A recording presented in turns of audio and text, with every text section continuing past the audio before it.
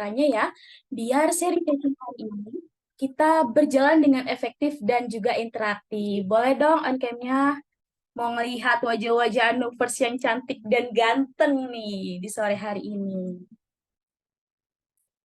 Yuk, boleh dong di on cam ya? Oke. Nah, sebelumnya, aku mau bacain susunan acara kita pada hari ini. Yang pertama ada pembukaan, yang kedua ada pengenalan narasumber kita yang kece abis pastinya. Selanjutnya ada pemaparan materi dari narasumber, dan nantinya bakal ada sesi Q&A yang juga sangat kesempatan yang luar biasa nih buat teman-teman semua untuk tanya-tanya langsung kepada narasumber kita kali ini. Selanjutnya ada pemberian sertifikat, penutupan, dan sesi dokumentasi. Nah, sebelumnya nih teman-teman, ada yang tahu nggak sih siapa pemateri kita hari ini? Yuk, ada yang tahu nggak ya? Oh, siapa ya? Aduh, penasaran banget nih pastinya ya.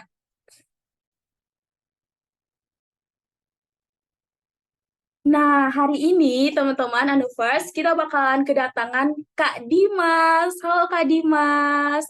Sapa dulu dong. Halo semuanya. Iya, apa kabarnya nih Kak? Alhamdulillah baik untuk hari ini. Alhamdulillah. Lancar-lancar deh puasanya ya semuanya karena udah mau akhir puasa juga. Jadi tetap semangat untuk menjalani akhir Ramadan. Iya, Alhamdulillah ya Kak.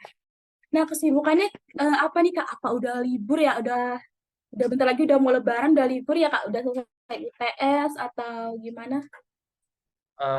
Baru hari ini sih liburnya kebetulan, tapi masih dikejar satu tugas lagi yang belum selesai untuk pengganti UTS. Jadi ya lebarannya masih agak kepikiran juga sih tentang tugas. Cuman ya dibawa santai aja lah. Iya, bener-bener. Dapet THR ya Kak ya? Tugas hari Betul raya. banget, tugas hari raya. Oke, teman-teman, Kak Dimas ini dari Universitas Indonesia nih, teman-teman. Dari jurusan Ilmu Kesejahteraan Sosial yang masuk ke UI di jalur PPKB. Nah, keren banget ya, Nufers. Oke, Kak Dimas ini bakal sharing-sharing ke kita nih di sore hari ini. Pasti penasaran banget nih ya, dan pengen tahu lebih banyak tentang apa sih ilmu kesejahteraan sosial itu dan jalur PPKB tadi tuh. Nah, tanpa berlama-lama lagi, kepada Kak Dimas, waktu dan layar saya persilahkan.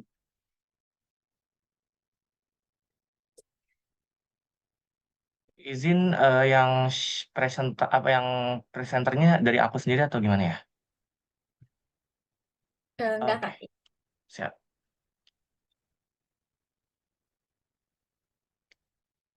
Oke, halo semuanya, halo Anuvers. Gimana nih kabarnya sore hari ini? Mungkin emang kerasa ya udah mulai akhir Ramadan, terus apalagi kalian yang mengenang tanggal 26 Maret kemarin itu adalah hal yang menyedihkan mungkin ya, kayak ketolak SNBP, cuman ya jangan dibawa setiap hari lah mesti move on, mesti one step forward biar kita bisa lebih sukses gitu ke depannya. Pokoknya jangan sampai ke bawah SNBP gara-gara kita gagal. Wah, berakhir dah. Pokoknya segala-galanya tapi enggak ya guys.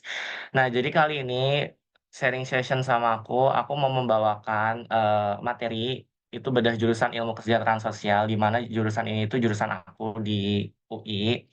Terus aku juga mau spill nih skor UTBK untuk masuk kesejahteraan sosial UI terkhusus itu berapa. Terus nilai SNBP temanku tuh kemarin berapa sih yang diterima di Kesas UI sama nilai PPKB yang diterima di Kesas UI. Terutama itu nilai aku sendiri sama nilai salah satu temanku lagi yang di jalur PPKB. Lalu kita akan bedah jalur PPKB itu lebih mendalam itu seperti apa. Boleh dilanjut slide-nya.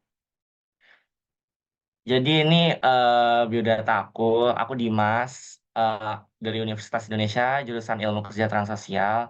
Aku masuk lewat jalur PPKB.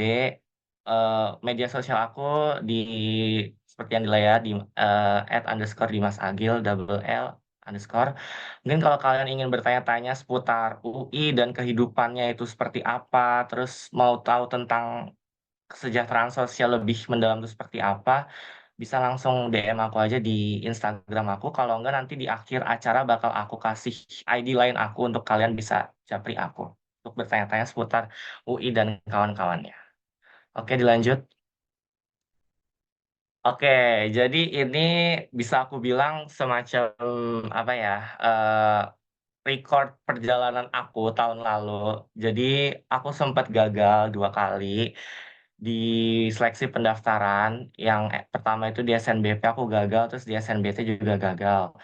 Nah, mungkin kalau kalian berpikir kayak SNBP itu adalah jalur yang bagus gitu, mungkin orang-orang juga di sekitar kalian berpikir kayak, "Wah, lulus SNBP keren ya," gitu, "jalur rapot," gitu, "3 tahun belajar di sekolah nggak sia-sia," gitu. Tapi menurut aku tuh SNBP tuh lebih dari itu, gitu. Pertama tuh SNBP itu emang nggak transparan ya, guys. Jadi kayak kita nggak tahu ini seleksinya itu berdasarkan apa, bisa aja nilai yang lebih rendah tuh lebih, eee, memungkinkan untuk diterima, gitu. Jadi kalian nggak usah kayak jangan bergantung ke hal yang tidak pasti alias SNBP. Kalian lebih belajar untuk hal-hal yang pasti aja untuk SNBT. Tapi aku di SNBT sayangnya nggak keterima nih, karena aku juga milih jurusannya lumayan yang lebih ketat dibandingkan jurusan aku yang saat ini. Cuman aku, pas lagi itu SNBT emang nggak sesedih aku nggak lulus SNBP sih, emang karena aku menyadari persiapan aku itu kurang jadinya akhirnya aku nggak lulus, ya udahlah gitu, mungkin ada jalur lagi yang lain.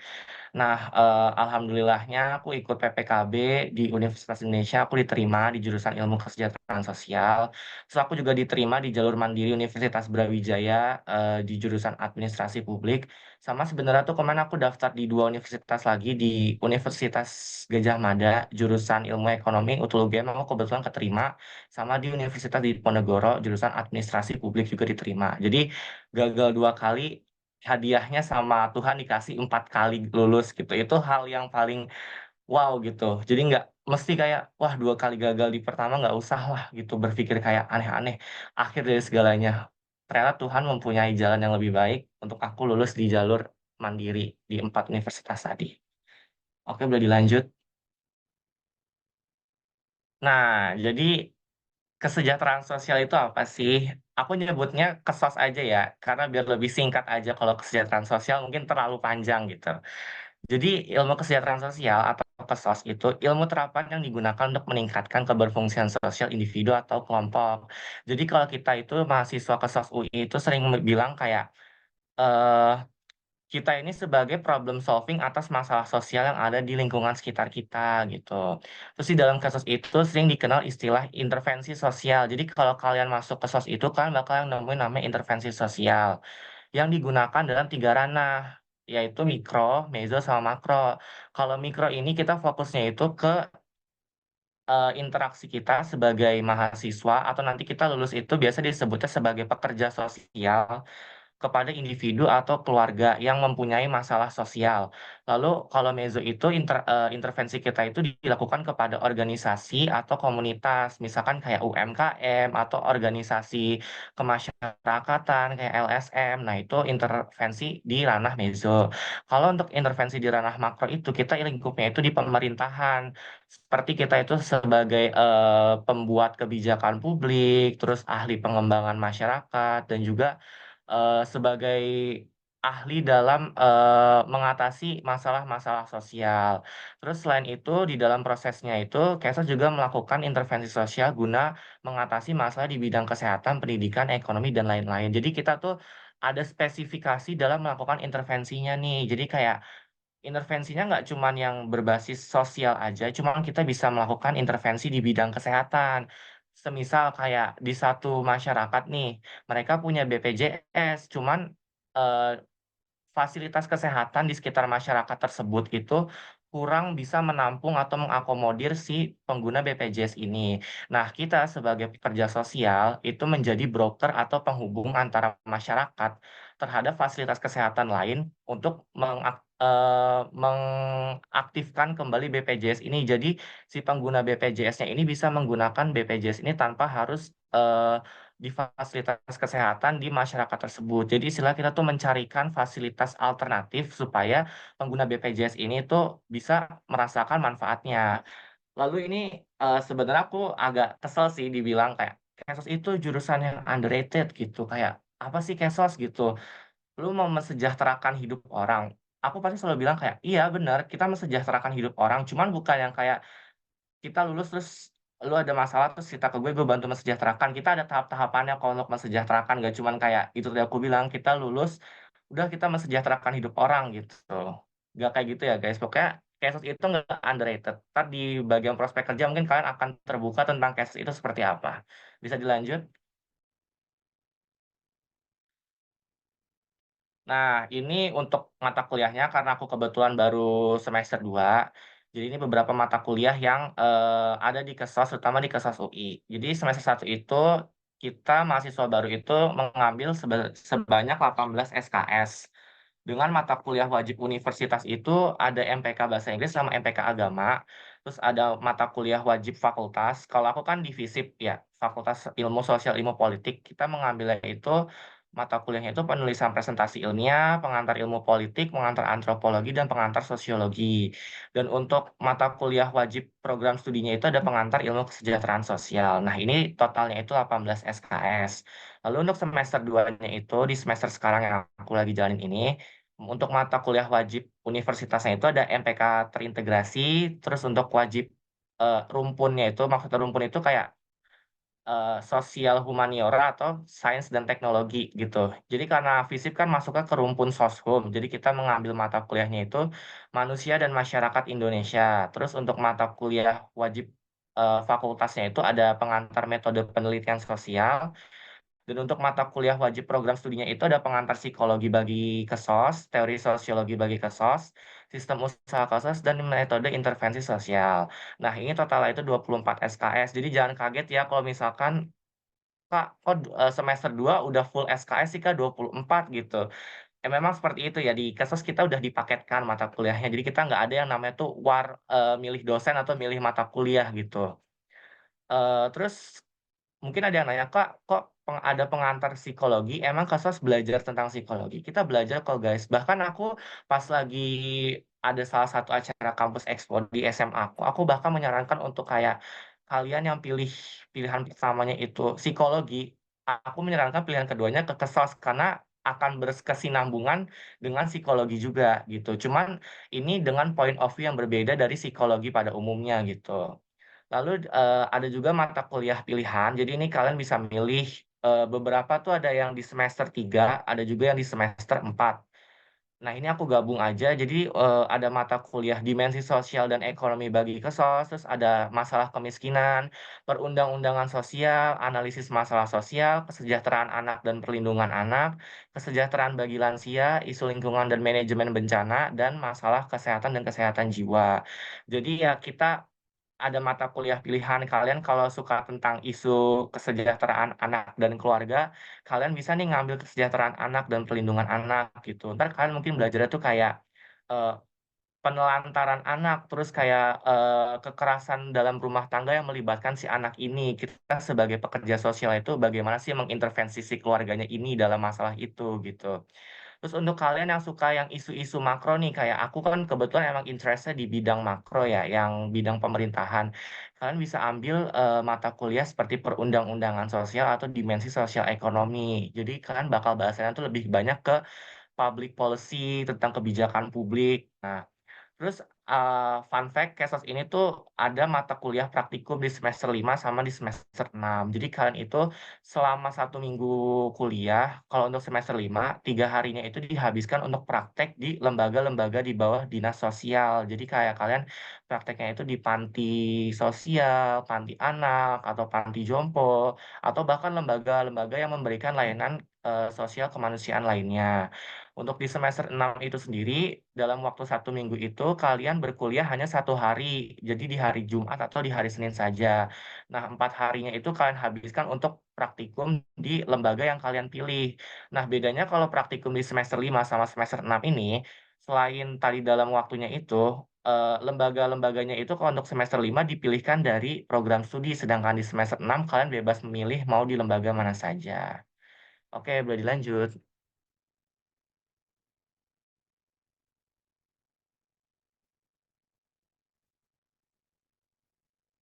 Nah, ini untuk prospek kerjanya. mungkin kalian mikir kayak, lulusan Kesos membantu menyejahterakan hidup masyarakat atau orang. Emang benar Kesos itu memang menyejahterakan hidup masyarakat ataupun orang. Cuman kita nggak yang kayak aku bilang tadi, lulus kita langsung menyejahterakan hidup orang atau membantu meningkatkan taraf kehidupan seseorang. Untuk kalian yang pengen mengambil spesialis, sebagai pekerja sosial, kalian itu perlu yang namanya tuh sertifikat dan lisensi untuk melakukan praktik sendiri. Nah, makanya itu kenapa kalau di Kesos UI itu, kita sebenarnya tuh tahun ini ada program, kelas profesi. Jadi, untuk lulusan Kesos yang ingin, mengambil spesialisasi sebagai pekerja sosial, itu bisa langsung mendaftar di kelas profesi ini dan akan mendapatkan sertifikat dan lisensi sebagai pekerja sosial. Nah, prospek kerjanya tuh apa aja sih, Kak, kalau untuk Kesos di berbagai lingkup gitu? Kalau untuk di mikro, kalian itu bisa jadi konsultan, terus bisa jadi HR. Mungkin kalian bingung kan di sini, kok Kesos bisa jadi HR, emang manajemen gitu, atau mungkin, psikologi. Ya karena yang aku bilang tadi, Kesos itu kita belajar psikologi, jadi kita tahu gitu tentang, human resource itu seperti apa gitu, dan kita menjadi broker. Broker ini tuh seperti penghubung kita sebagai pekerja sosial dengan, penerima manfaat yang nantinya itu akan ada kayak semacam lembaga donor atau fundraising, lembaga penggalangan dana atau amal. Nah, kita itu sebagai pekerja sosial itu sebagai penghubungnya itu untuk mencarikan si penerima manfaatnya ini. Jadi ibaratnya kayak perantara lah kita pekerja sosial. Terus untuk Mezzo ini yang paling disenangi dan paling banyak diminati oleh semua, bahkan nggak cuman anak kesos doang, itu ada namanya CSR atau Corporate Social Responsibility. Mungkin kalian pernah dengar kayak program beasiswa dari Jarum atau dari Bank BRI atau dari Bank Indonesia. Nah, itu salah satu program dari CSR ini. Jadi CSR ini tuh ibaratnya kayak garda terdepannya suatu perusahaan supaya image perusahaan ini tuh baik di mata masyarakat. Jadi kita mengadakan berbagai program. Misalkan kayak di bidang kesehatan kita melakukan, pemeriksaan kesehatan gratis buat warga sekitar, wilayah kantor itu. Terus tadi untuk bidang pendidikan, membuka program beasiswa.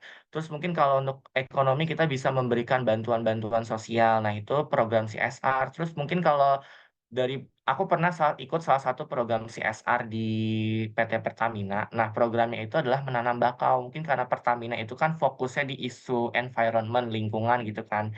Jadi salah satu programnya itu adalah menanam bakau. Terus yang kedua itu ada ahli pengembangan masyarakat. Jadi seperti yang aku bilang, Kesos ini tuh emang basic-nya itu kayak community empowerment dan development gitu. Kita bakal kayak mengembangkan masyarakat dengan potensi-potensi yang udah dimiliki masyarakat itu, supaya potensi tersebut bisa lebih berkembang dan lebih bisa menghidupi si masyarakat ini.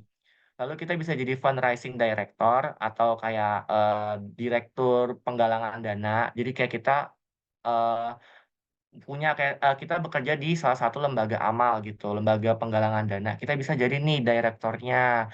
Terus kita juga bisa menjadi community outreach atau mungkin kalian suka tentang program pengabdian masyarakat, itu Kesos banget sih menurut aku. Jadi Kesos emang ilmunya langsung terapan kalau kalian emang pengen tahu esensi dari ilmunya Kesos itu adalah kalian langsung menerapkan di program-program kayak pengembangan masyarakat. Lalu untuk makronya itu, kalian bisa jadi pegawai LSM atau lembaga swadaya masyarakat. Terus bisa jadi PNS dan pekerja sosial di Kemensos. Atau mungkin kalian bisa juga jadi, pekerja di lembaga perlindungan anak gitu. Kalau ada masalah kekerasan pada anak gitu, kalian bisa menjadi di lembaga perlindungan anak, atau kalian juga bisa bekerja di LPSK, Lembaga Perlindungan Saksi dan Korban.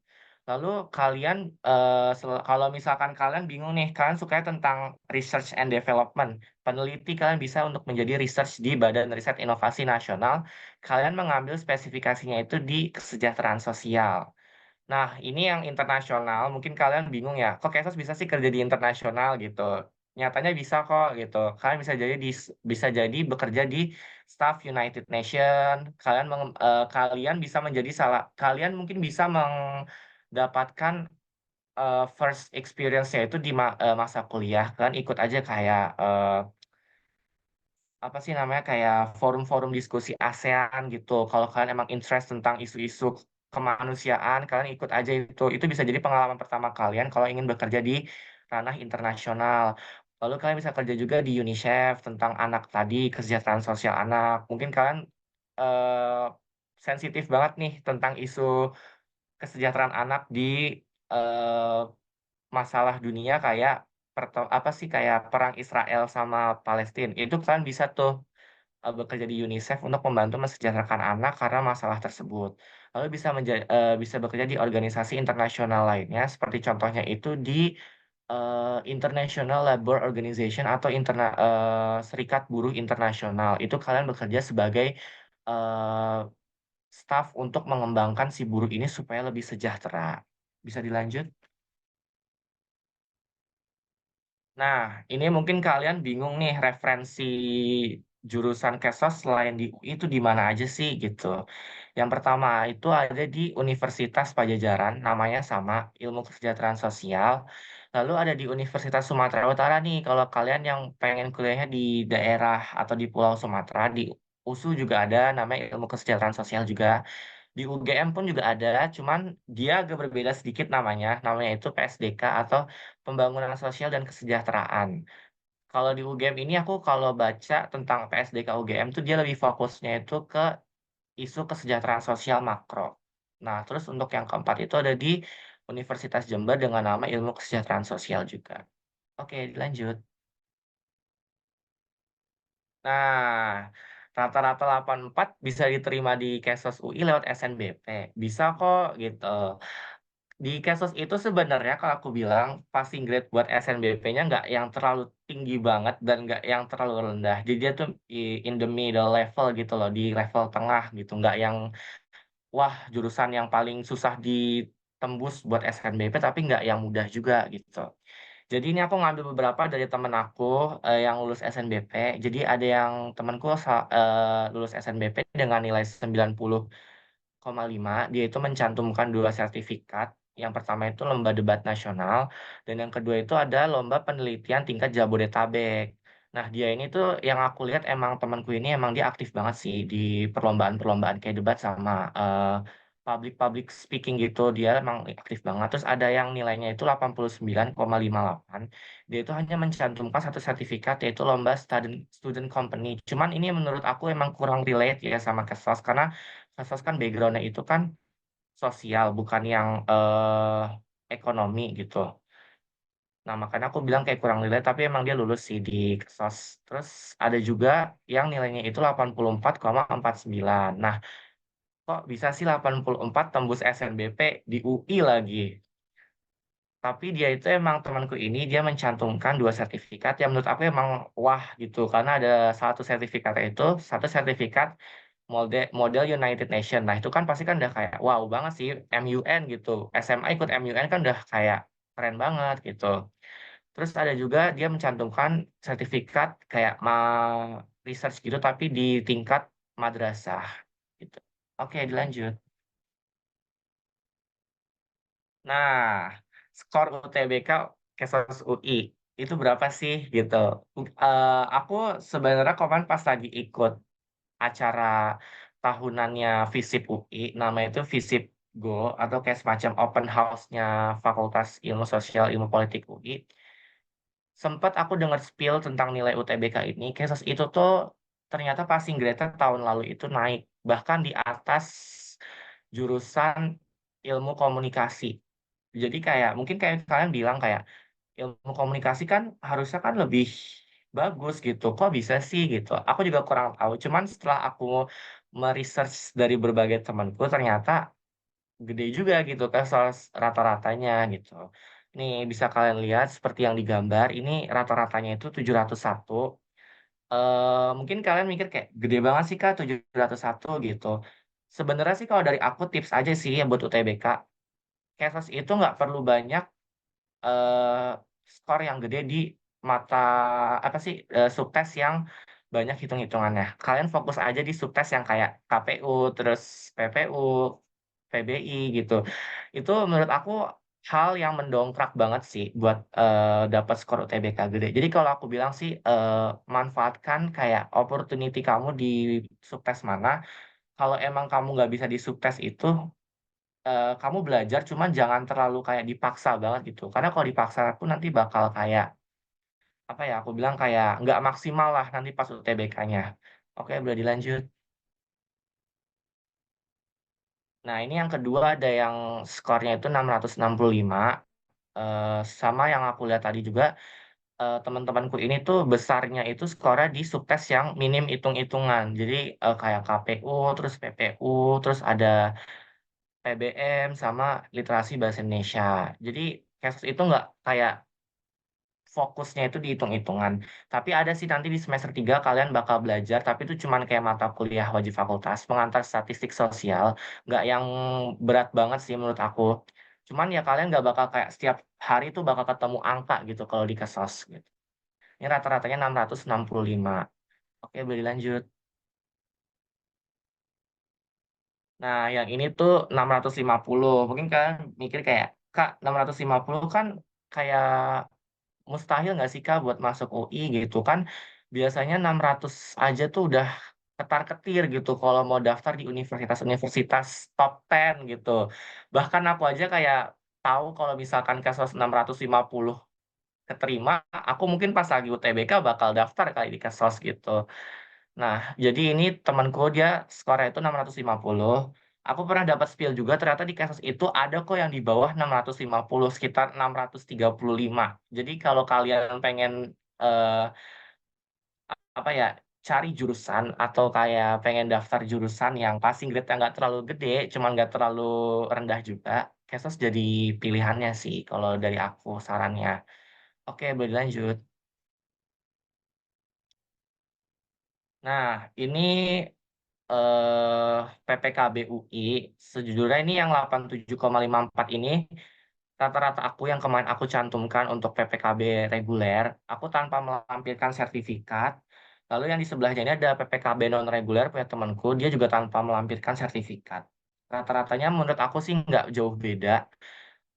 Mungkin kayak kalian bilang kayak, Kak, itu kan nilainya segitu emang nggak kecil, Kak. Kalau menurut aku sih nggak terlalu kecil ya, guys. Jadi kalau misalkan masih di atas kayak untuk mandiri UI itu sendiri, kalau untuk PPKB, kalau di atas 85 menurut aku tuh masih lumayan bisa bersaing.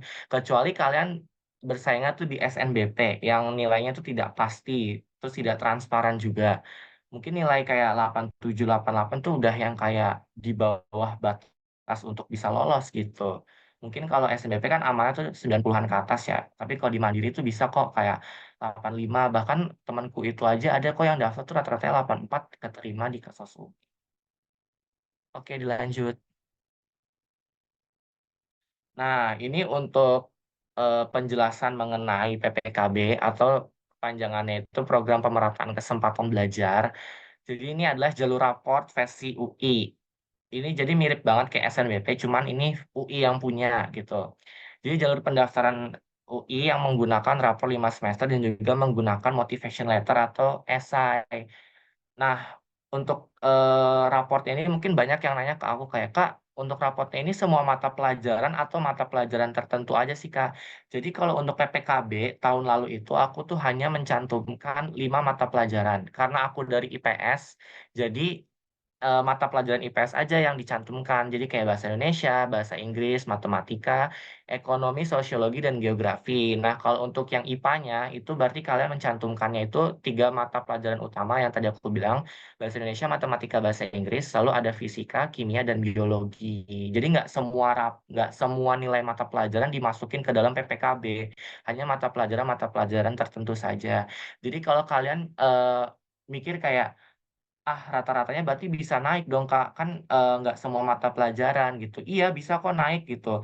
Bahkan aku kemarin pas SNBP tuh rata-rata aku tuh di bawah 87 gitu, 85. Tapi pas lagi aku rata-rata lagi ternyata lebih gede lagi rata-ratanya karena kita nggak menggunakan semua nilai mata pelajaran yang ada di rapor gitu.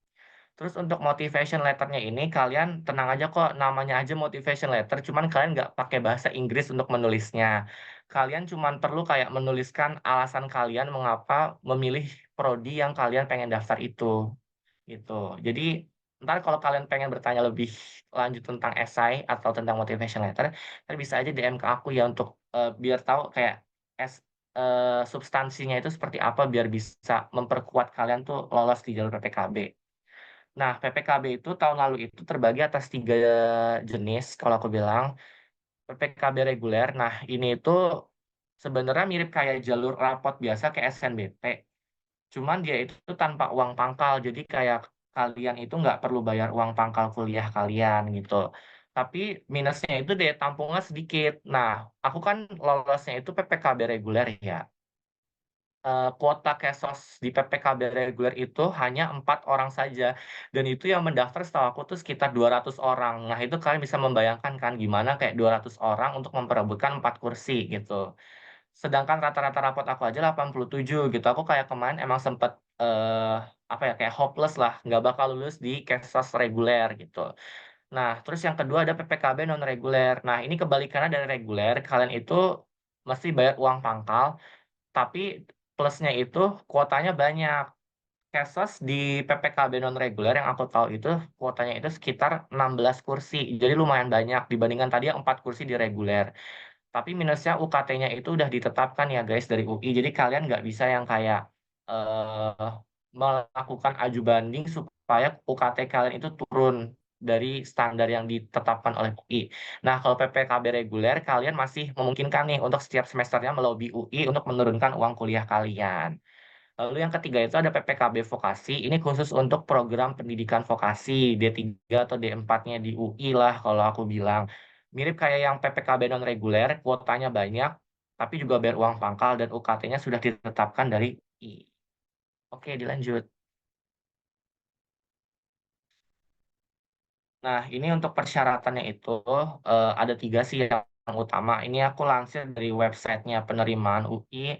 Yang pertama itu berasal dari sekolah yang mendapat undangan untuk mendaftar di jalur PPKB dari UI.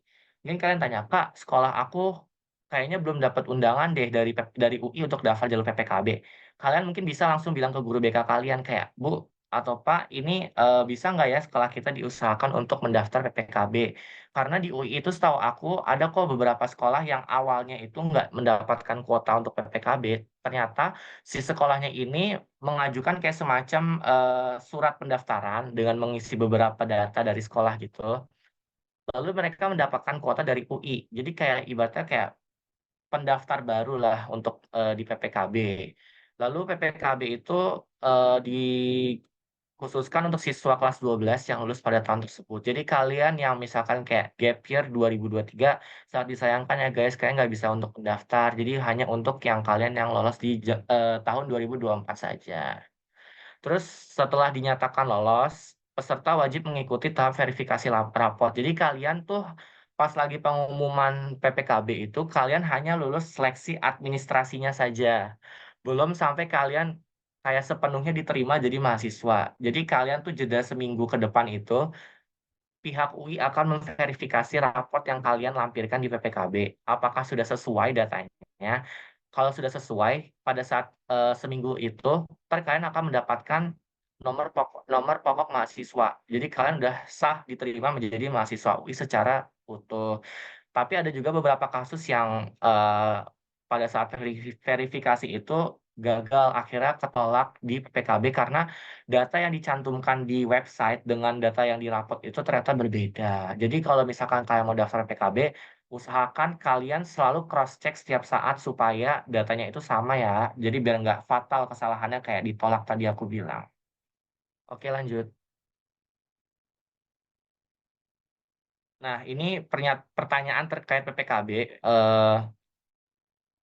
Yang pertama itu, kapan sih Kak periode pendaftaran PPKB dan tanggal pengumumannya? Periode pendaftarannya itu 25 April sampai 14 Juni 2024. Jadi lumayan lama ya, sekitar 1,5 bulan lah kalau aku bilang. Nah, terus untuk pengumuman seleksinya itu di tanggal 1 Juli 2024. Jadi biasanya tuh kalau SNBP kan pengumumannya itu kan jam 3 sore. Kalau PPKB itu setahu aku jam 4 sore. Nah, terus habis itu selain rapot 5 semester, apa saja yang perlu dipersiapkan? Yang pertama itu hasil scan motivation letter atau surat pernyataan mengikuti PPKB. Lalu yang kedua ada hasil scan bukti prestasi akademik jika ada. Ini opsional aja sih. Kalau kalian pernah ikut lomba-lomba, entah itu tingkat nasional, internasional, ataupun tingkat daerah, aku sarankan kalian coba di apply aja supaya memperkuat posisi kalian saat pendaftaran. Jadi memperbesar peluang kalian untuk lolos. Lalu Kak, untuk pendaftarannya berapa sih Kak untuk PPKB? Jadi, untuk pendaftaran itu sebesar 850.000 di tahun sebelumnya, di 2023. Mungkin aku nggak tahu juga di tahun ini tuh infonya bakal berapa. Kalian bisa cek secara berkala di website penerimaan UI tentang jalur PPKB ini. Banyak yang bilang ke aku kayak, "Kak, PPKB kok pricey banget sih 850," gitu. Menurut aku emang iya sih, emang pricey. Bahkan aku kemarin dibandingkan untuk daftar di jalur kayak seleksi mandiri Universitas Brawijaya hanya 250 dan itu bisa 2 jurusan, sedangkan di PPKB sayangnya kalian cuma bisa pilih satu jurusan aja yang kalian daftar. Jadi 850.000 untuk satu jurusan. Jadi kalian kalau mau daftar PPKB, manfaatin sebaik-baiknya, research sebanyak-banyaknya jurusan yang kalian pengen dan tanya-tanya ke kakak kelas kalian yang lolos di jalur PPKB dan di jurusan yang kalian mau. Oke, lanjut. Oke, sharing session dari aku segitu aja. Kalau ada pertanyaan boleh ditanyakan. Pokoknya saatnya kalian menjadi bagian The Yellow Jackets. Kutunggu kalian di UI ya. Ntar kita bakal OKK bareng kok. Kalau kalian masuk FISIP UI, kalian bakal merasakan PSAK 2024. Itu seru banget. Oke, terima kasih. Oke, terima kasih Kak Dimas untuk sharing session kali ini. Keren banget tadi tuh. Kita dapat insight baru tentang jurusan Kesos gitu. Nah, buat teman-teman semua, ini saat yang kalian tunggu-tunggu nih, yaitu sesi Q&A. Kalian bisa banget buat raise hand atau tulis di kolom komentar apa aja sih yang mau kalian tanyain nih. Yuk teman-teman, yuk. Boleh banget ya. Oh ya Kak, mungkin sambil nunggu yang tanya nih, aku fun fact banget tadi aku baru tahu banget tuh tentang jurusan Kesos tuh. Apalagi pas aku tahu kayak eh, prospek kerjanya ternyata cukup luas gitu ya Kak ya. Bener banget. Sebenarnya sih kayak orang-orang di sekitar kita tuh emang kayak kurang mengekspos atau mengeksplor gitu tentang jurusan yang aku bilang tuh aneh-aneh namanya. Padahal tuh ternyata di balik namanya itu tuh banyak sekali kayak, opportunity yang tersedia gitu. Nggak cuman yang kayak tadi aku bilang kan kalau Kesos bisa jadi HR, kalian pasti nggak nyangka kan kayak biasanya HR kan dipegang kalau nggak di manajemen, di psikologi gitu. Ternyata Kesos bisa gitu. Itu sih, pokoknya kalian kalau milih jurusan, nggak usah dengerin kata orang lain kayak, "Jurusan kalian tuh ini, jurusan kalian tuh jelek," nggak usah dengerin. Entar kalian bakal dapet insight-nya seiring berjalannya perkuliahan. Iya, bener banget nih teman-teman. Nih ada pertanyaan nih dari Kariski Siaputra, ada raise hand. Boleh dong, dipersilahkan. Eh, ya, selamat sore semuanya.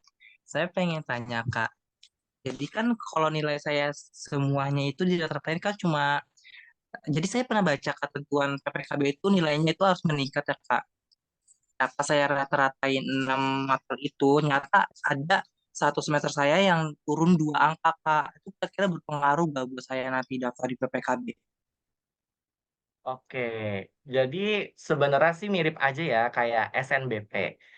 Kalian kalau misalkan nemu satu semester atau ada satu mata pelajaran yang nilainya turun nih, kalian kalau misalkan di-compare di semester selanjutnya itu lebih tinggi, kalian kalau saran aku sih gas aja.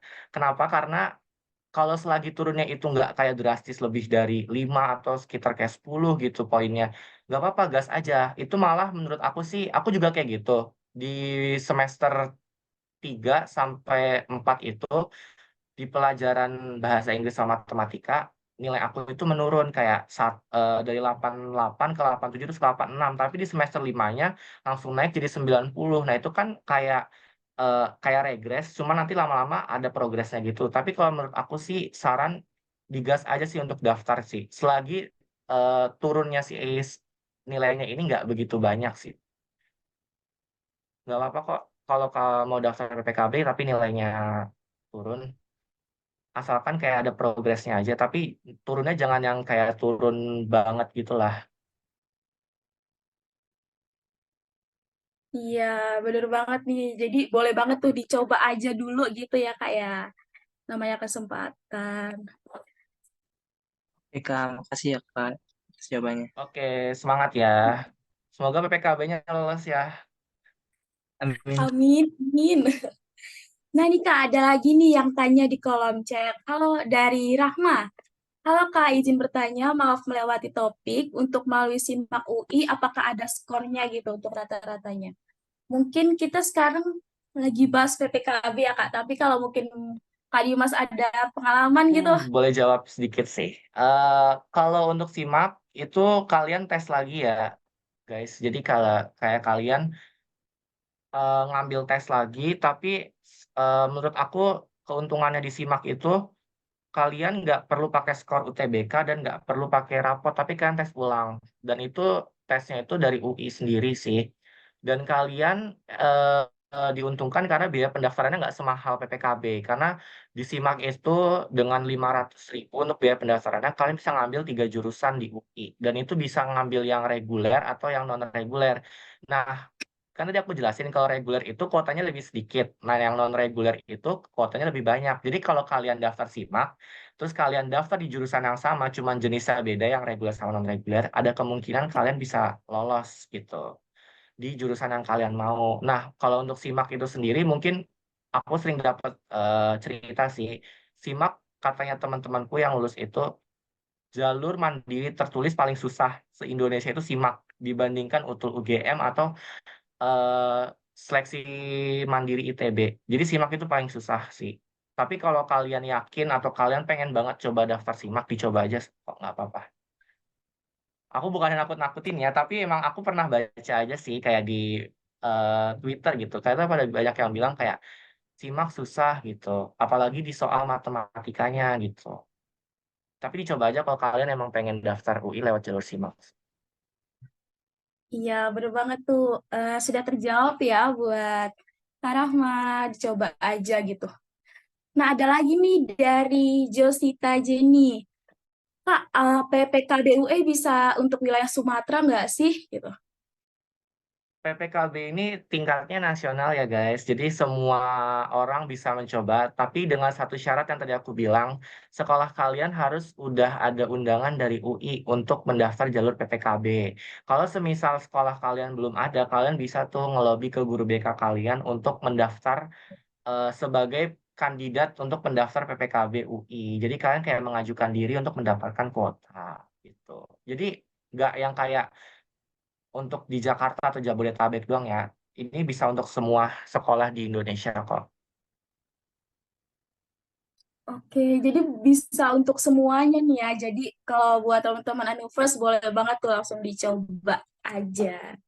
Nah, mungkin kalau nggak ada pertanyaan lagi nih teman-teman, aku mau tanya dong nih ke Kak Dimas. Tadi kan banyak banget tuh pilihan-pilihan yang di UGM, UB gitu. Apa sih yang bikin Kak Dimas tuh tertarik sama Kesos UI ini? Eh, Sebenarnya aku ngambil kasus ini sebenarnya second choice aku ya. Pilihan kedua aku bukan pilihan pertama. Aku sebenarnya tuh di SNBP sama SNBT ada satu jurusan yang aku pengen banget dan udah aku targetin dari kelas 1 SMA.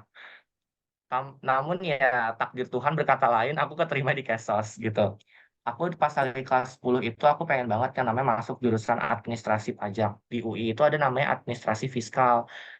Tapi ternyata tuh nilai aku tuh nggak bersaing, akhirnya gagal. Terus aku mencari alternatif jurusan lain karena aku bilang aku orangnya tuh suka banget tentang isu-isu public policy, tentang isu-isu negara, masyarakat gitu kan. Nah, aku cari dan ternyata aku menemukan satu jurusan namanya itu Kesos gitu.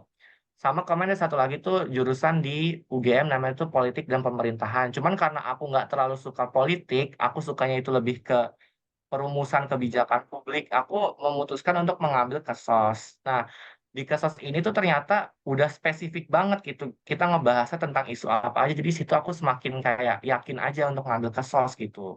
Dan ternyata pas lagi ospek jurusan, kita didatangkan berbagai narasumber alumni Kesos UI yang bekerja di masing-masing sektor di mikro, meso, makro.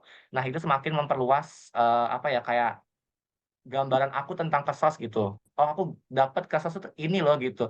Aku nggak nyangka kalau Kesos itu bisa kerja di sini gitu. Bahkan tadi aku bilang kayak Kesos bisa kerja di startup, bisa jadi CSR. Aku bilang, wah, biasa kan CSR kan kayak anak-anak ekonomi banget lah, anak-anak yang banyak pengen apa sih yang dari FEB, dari jurusan-jurusan yang which is yang basicnya tuh dari bisnis dan ekonomi, ternyata Kesos bisa. Terus Kesos bisa juga kerja di sektor pemerintahan, dan itu ternyata wow, itu semakin menambah wawasan aku tentang Kesos. Jadi kayak aku yakin untuk milih Kesos gitu. Kalau kenapa aku pilih Kesos UI, karena tadi yang aku bilang kasus UI itu dia menawarkan 3 peminatan yang tadi aku bilang di mata kuliah pilihannya itu untuk sektor mikro, meso, sama makro. Jadi itu kita bebas memilih untuk mengeksplor insight kita dan kemauan kita di kasus itu seperti apa. Oke, keren banget nih Kak. Berarti bener-bener plot twist banget ya, apalagi untuk prospek kerjanya. Nah, untuk sesi Q&A kali ini udah kita tutup dulu guys, karena emang udah bener-bener banyak banget yang kita dapat dan teman-teman udah pada aktif juga bertanya. Nah, keren banget nih Kak Dimas, makasih banget buat sharing-sharingnya kali ini. Sebelumnya kita ada kenang-kenangan nih Kak Dimas dari Anufa berupa sertifikat sebagai bentuk apresiasi atas partisipasinya sebagai narasumber pada hari ini. Oke. Oke. Oke, saya sebagai perwakilan Anupa sekaligus PJ acara seri session ketiga ini bersama Kak Dimas menyerahkan sertifikat ini kepada Kak Dimas sebagai bukti apresiasi dari Anupa Studi. Terima kasih ya Kak atas bantuan serta partisipasinya sebagai mentor di acara kali ini. Semoga Kakak sehat selalu dan dipanjangkan rezekinya. Amin ya rabbal alamin. Terima kasih Anufa. Mungkin aku sedikit memberikan closing statement sebelum acara ini selesai. Jadi untuk kalian yang pejuang PTN 2024, kalian stay fokus aja ke jurusan yang kalian inginkan. Kalau kalian emang pengen mencari jurusan alternatif lainnya, aku sarankan kalian jangan segan untuk bertanya gitu. Karena mungkin kalian yang awalnya introvert atau kayak takut untuk bertanya ke yang lebih senior, itu bakal ketahuan di masa-masa pendaftaran PTN ini. Mungkin emang ini adalah masa-masa yang berat, tapi yakin guys, ntar kalian udah lulus dari fase-fase ini, kalian bakal merasakan gitu. Wah, ternyata dulu nggak seberat itu ya kalau udah keterima gitu. Tapi jangan berarti kalau pas kuliah kalian bakal nyantai-nyantai aja. Tapi tetap kok esensinya kan kalian lagi pendaftaran PTN. Kalian fokus aja ke tujuan kalian. Kalau ada orang yang bilang kayak lu nggak bakal lulus, itu tuh PTN-nya susah buat ditembus gitu. Udah yakin aja. Dan jangan lupa kalian perkuat doa kalian, dan kalau bisa tuh lakukanlah kayak eh, amal-amal kecil kayak berbagi, apalagi ini kan bulan Ramadan gitu kan, berbagi ke orang-orang, atau kalian kayak perbanyak kayak baca-baca kitab suci supaya kalian bisa lebih diyakinkan hatinya supaya lancar segala-galanya. Gitu sih. Terima kasih. Terima kasih Kak Dimas untuk closing statement-nya. Ini bisa jadi semangat nih buat Anuvers, buat daftar PTN-PTN impiannya. Nah, Anuvers, tadi kita udah banyak banget nih dengerin insight-insight baru tentang ternyata Kesos tuh sekeren itu loh. Padahal kayak di underrated orang banyak gitu. Tapi ternyata prospek kerjanya yang luas, terus juga apa yang kita pelajari di situ juga bagus-bagus banget.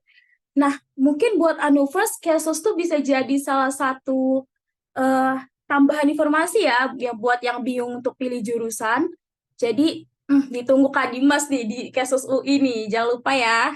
Jangan lupa Nah, thank guys, you so di much. Kesos UI. Oke. Ya, nanti ketemu Kak Dimas.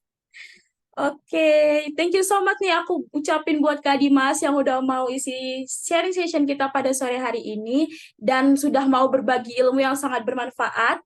Nah, sebelum aku tutup, boleh dong kita dokumentasiin dulu buat Anuvers. Yuk, on cam yuk. Asik. Yuk. Mungkin aku kasih ID line aku di chat ya. Nanti kalau misalkan ada yang mau bertanya tentang pendaftaran apa tentang UI. Boleh banget, Kak. Yuk.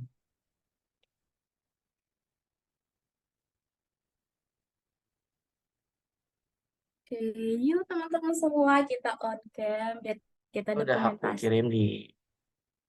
Semangat ya Oke. kalian, jangan sampai eh, bosan untuk belajar sih aku bilang. Iya, iya, bener banget sih, Kak.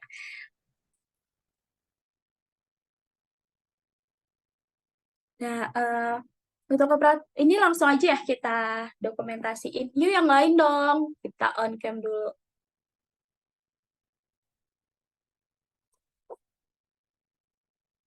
Oke, boleh untuk operator langsung aja ya didokumentasiin. Oke. 1, 2, 3. Sekali lagi yuk. 1, 2, 3. Oke. Makasih banyak aku ucapin buat Kak Dimas sekali lagi untuk sharing sessionnya kali ini. Semoga buat Anovers juga semangat terus ngejar PTN-nya dan jangan lupa untuk coba semuanya, semua jalur gitu ya, Kak. Betul banget, manfaatin opportunity yang kalian punya ya guys. Selagi masih ada jalur yang lain, coba aja. Gak apa-apa kok. Iya, bener banget nih, Kak. Mungkin segitu dulu sharing session kita kali ini. Terima kasih banget untuk yang udah hadir di acara sharing session ini. Aku Evelyn pamit undur diri. See you. Terima kasih.